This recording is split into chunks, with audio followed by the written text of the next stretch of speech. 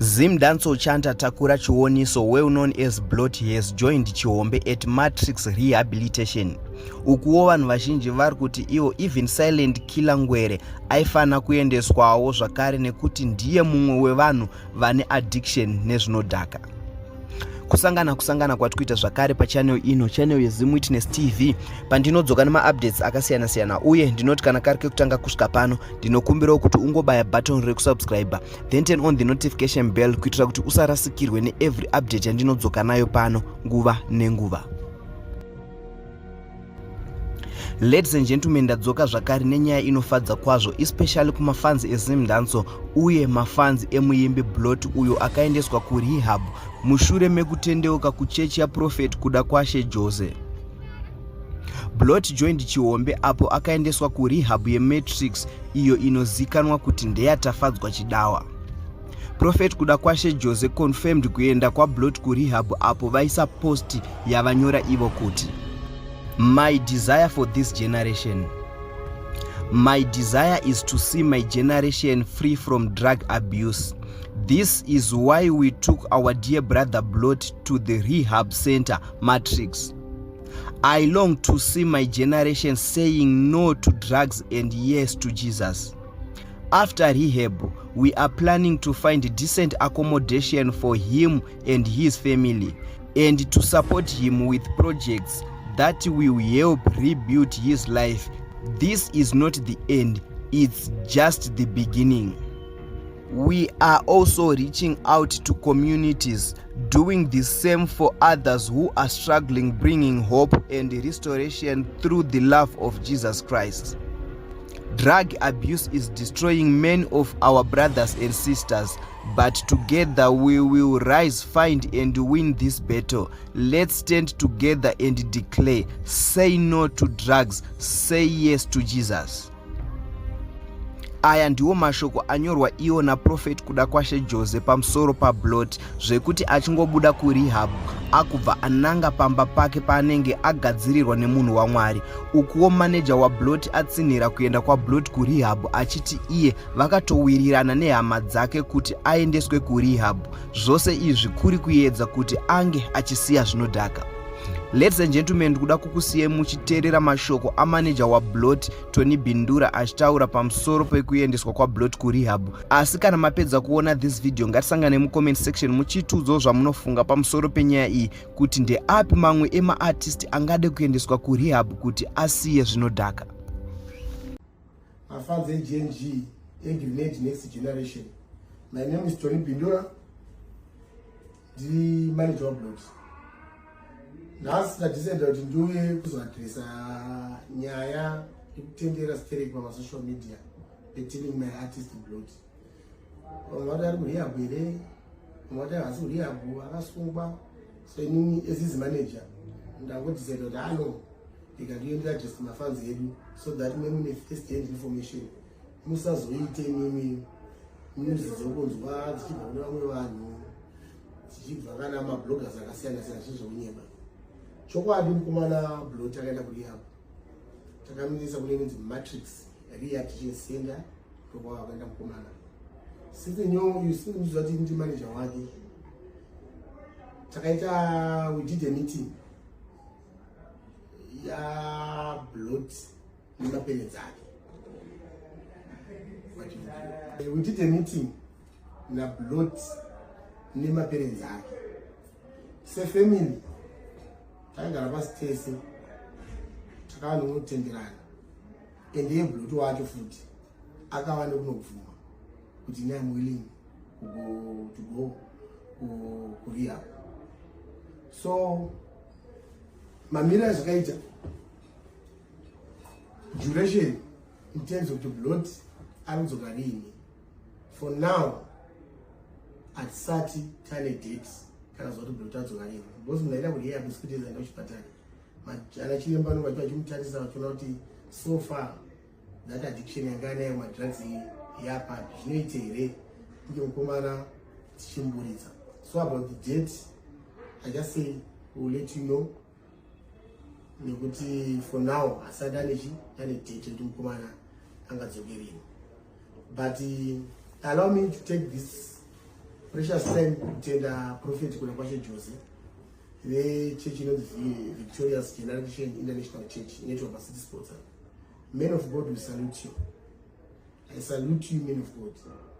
Nekuti rudo rwamakaratidza, your love and support is greatly appreciated from GNG on behalf of GNG. Vakabatsira chokutanga satatoenda financial kubasa kwata financial vakatotibatsira nemaprayers, vakatibatsira neminamato kuti tisvike patasvika nhasi.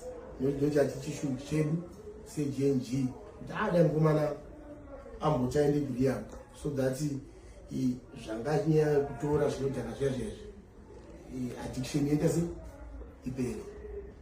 So I would also want to address my promoters ese ndakareceive makozi akawandisa vachibvunza kuti saka mashows tikuita sei. As I said zvandambomeshana pamusoro we are not going to take any mashows abroad for the next 2 months unless otherwise pane zvomachanges aiti. I will just come back here and I can even address this zvandakuita izvozvezvi ndizokudza kuti anokomana arikuda sei adzoka.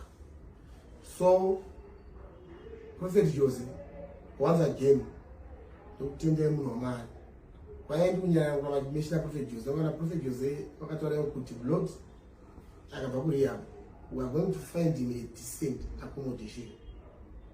Then vakaponesa futi Prophet Jose as if it was not enough vakati no mukomana zvada kuti aiti amubatsira financially so that ane mamaprojects aanotoita whilst futi achita chimusic so that we kuti pane kuti mashows unomboitika nzara in the music industry iyo vanenge ane chimwe chaanoita so that hararamene mari dzengomirira zvemarketing change.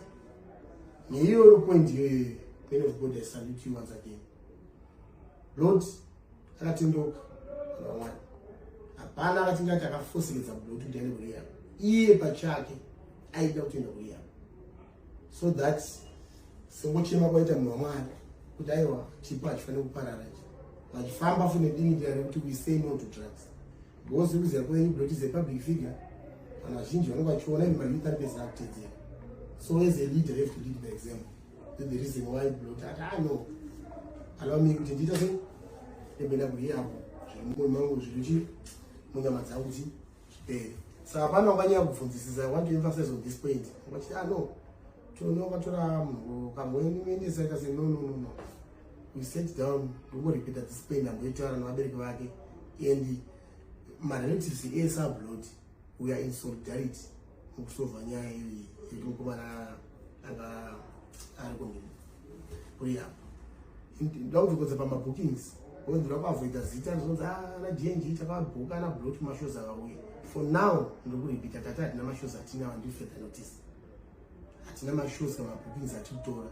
Saka I want to avoid vanozoisa kana Blood paposta achiti ari kwakati akasitadza kuuya mafanzi atati hey Blood changa akadhakwa ndosaka atadza kuuya kuti kushow. So for now hatina mashows and I want to promise you my GNG fans, my GNG fans ese kuti everything is under control. I won't say we are cruising nicely. Everything is under control. Lord is okay. Ariko mhanya kuti ari kahle. Munhu wamuchipata maari munyama. It's a Rehab, but it's good as it's in the hospital. So please, my bloggers, stop kuti munhu tunyanya kwakawanda straight. Hey, yazodai. Zvizvamuisina information nazvo. Mukomana is okay, he's fit, but we just angozva isolate chete kuti asasangane zvinhu zvakabosika kana addiction zvozotora nguva zvita sei zvipere. But Blood ari kudzoka ende paari kudzoka ndoparobva zvakaita album renyu rere and we are going to give you a date on the same platform chikudzai kuti no mukomana ita sei adzoka. Promoters edu kuda kutora futi time nekutenda chaizvo nekumira kwamuri kuita neGNG kana kwamakamboita neGNG. Rudo rwenyu rwekuti murambe muchisenza neGNG ndikuruona through maadvices atikupiwa. Singakangani Mudhara Chipas makaipa Mudhara. We salute Mudhara Chipas. I also want to mention Y2K King Alfred UK kutendai ngoma nekumira nesu. Singatangani Zimfest atinosa mashows kunana South Africa tokutenda izini first kudhara mutarisi.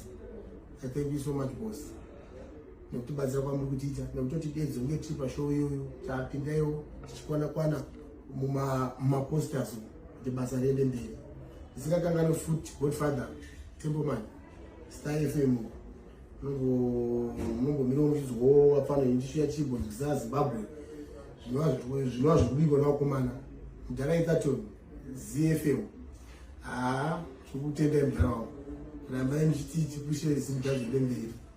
Singatazotambisa ngwenyu yakawanda. I also want to take this opportunity kuti tende mafans eGNG zvekare anongada kutenda izvi nekuti zvakaoma kudaro muramba muchingomirana nezi tokumbira mutina matirewo amana pamune muri kuti GNG isaparare asidawo chipo ichiparare.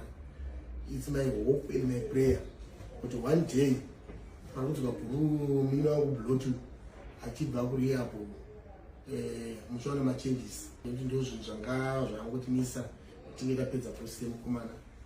Guys, phone number yangu 0672 629 379 0772 629 379.